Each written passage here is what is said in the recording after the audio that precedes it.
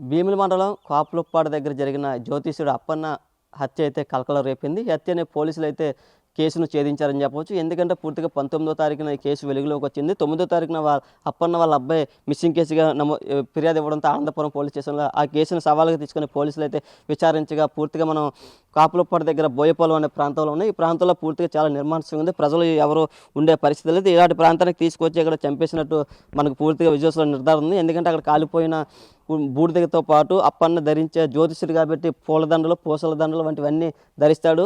వాటన్నిటిని చూసి పూర్తిగా మా నాన్నే హత్య అనేట్టు వాళ్ళ అబ్బాయి కూడా ఇక్కడికి ఆ రోజు రావడంతో పూర్తిగా ఇది హత్య అని నిర్ధారణ తెలిసింది. ఈ నెల 19వ తారీఖున ఈ కేసును పూర్తిగా పోలీసులు అయితే నిర్ధారించి ఇది అప్పన్న మృతదేహం. ముఖ్యంగా చూసుకుంటే పూర్తిగా ఈ నెల 9వ తేదీన అదృశ్యమైన మోతి అప్పన్నను పూర్తిగా 19న పోలీసులు అయితే గుర్తించారు. ఇది అనంతపురం స్టేషన్లో 9వ తారీఖున కేసు నమోదైంది.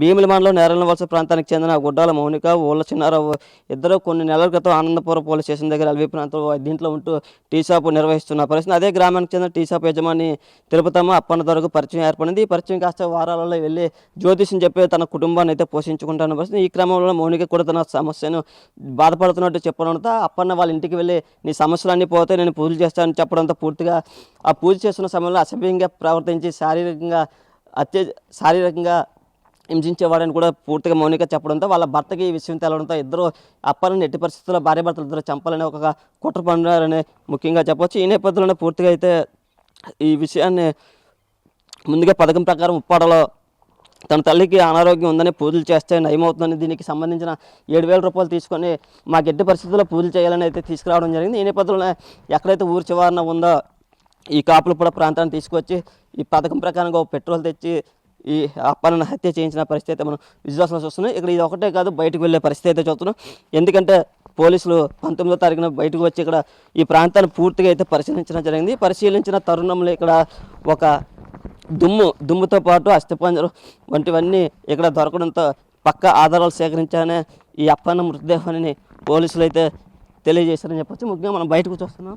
లోపల ఇది ఎక్కడ ఎవరూ లేని నిర్మానుష్యమైన ప్రాంతంగా అయితే ఉందని చెప్పొచ్చు. ఎక్కడైతే మనకి దుమ్ము దొరికిందో అదే ప్రాంతంలో ఉన్నాం. ఇక్కడ చూడొచ్చు, ఈ చివరిన ఈ గోడ చివరిన ఒక దుమ్ము అయితే పోలీసులకి దొరికింది.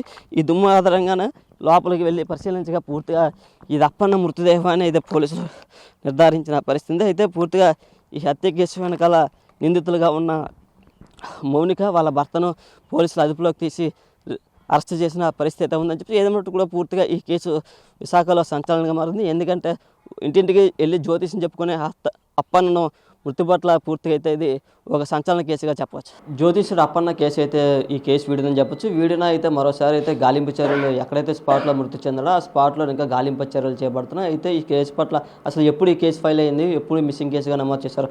ప్రస్తుతం మనతో ఆనందపురం సీఏ వాసనాయుడుగా ఉన్నారు. సో చెప్పండి, ఈ కేసు ఎప్పుడు మిస్సింగ్గా నమోదు చేశారు? ఈ నెల 9వ తారీఖునండి మన పెందుర్తి పోలీస్ స్టేషన్ లిమిట్స్లో ఉన్నటువంటి దుర్గాప్రసాద్ అనే ఒక అబ్బాయి పోలీస్ స్టేషన్కి వచ్చి తన తండ్రి గారు అప్పన్న దొర గారు జంగపు వృత్తి చేసుకుంటూ ఈ ఆనందపురం ఏరియాలో ఎవరైనా ఇబ్బందుల్లో ఉన్నట్టు ఫ్యామిలీ కష్టాలు ఉన్నట్లయితే వాళ్ళకి పూజలు చేస్తామని చెప్పేసి వాళ్ళ ఇంట్లో పూజలు చేస్తూ వాళ్ళు ఇచ్చిన అమౌంట్తో వాళ్ళతో కుటుంబాన్ని పోషించుకుంటున్నట్టు ఈ క్రమంలో ఆనందపురం పోలీస్ స్టేషన్ లిమిట్స్లోకి బీపీ కల్లాలో ఉంటూ ఒక టీ షాప్ వద్దకు 9 గంటల వరకు వచ్చి ఆ 9వ తారీఖు వచ్చి మా తర్వాత మళ్ళీ మాకు కనిపించలేదని చెప్పేసి ఇక్కడ మిస్సింగ్ కేసు ఒకటి రిపోర్ట్ ఇవ్వడం జరిగింది. ఇచ్చిన ఫిర్యాదు మేరకు మేము ఒక మిస్సింగ్ కేసుగా నమోదు చేసి టీమ్స్గా ఫామ్ అయినామండి.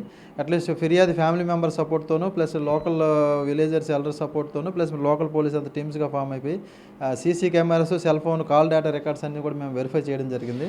ఈ క్రమంలో ఆయన సీసీ కెమెరా ఫుటేజ్ వెరిఫై చేస్తున్న క్రమంలో ఆయన భీమిలి క్రాస్ రోడ్స్ దాటిన తర్వాత బోయపాలెం లెఫ్ట్ తీసుకొని కాపులుప్పాడు లేఅవుట్స్లోకి వెళ్ళి అక్కడి నుంచి ట్రాకింగ్ అనేది మిస్ అయింది. ఈ క్రమంలో మేము వాళ్ళకి గాలింపు చర్యలు చేపడుతున్న క్రమంలో భీమిలి పోలీస్ స్టేషన్ లిమిట్స్లో కాపులుప్పాడు ఏరియాలో ఒక ప్రైవేట్ లేఅవుట్లో మనకి డెడ్ బాడీ అనేది కనిపించడం, కొన్ని సిమ్టమ్స్ కనిపించడం జరిగింది.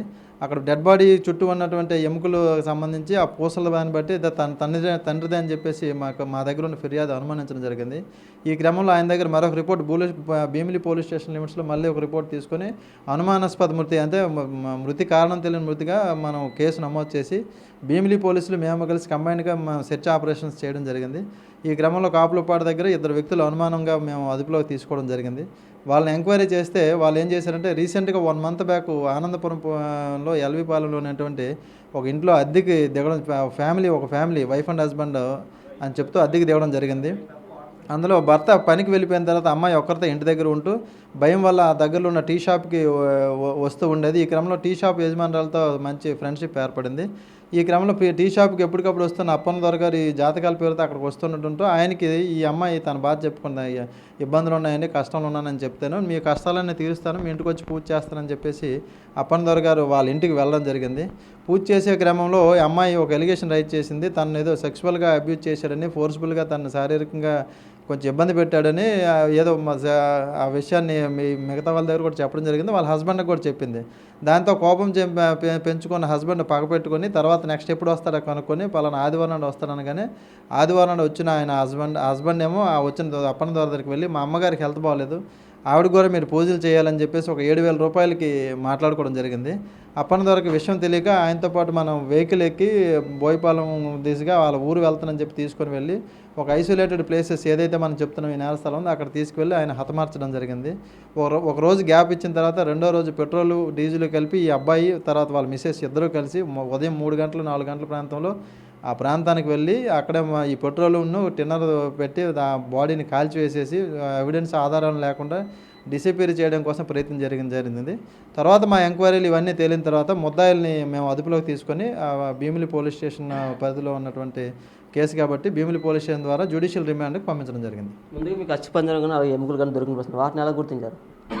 ఎముకలు అదే మేము సెర్చ్ ఆపరేషన్ అయితే ఆనందపురం పోలీసులు ముందు నుంచి మిస్సింగ్ కేసు నుంచి కొంచెం సీరియస్గానే తీసుకొని వెతుకుతున్న క్రమంలో tower locations plus last CD అక్కడ వెళ్ళడంతో మేము ఆ ఏరియాలో ఖాళీ లేఅవుట్స్ అన్నీ కూడా నూక్ అండ్ కార్నర్ వెతకడం జరిగింది.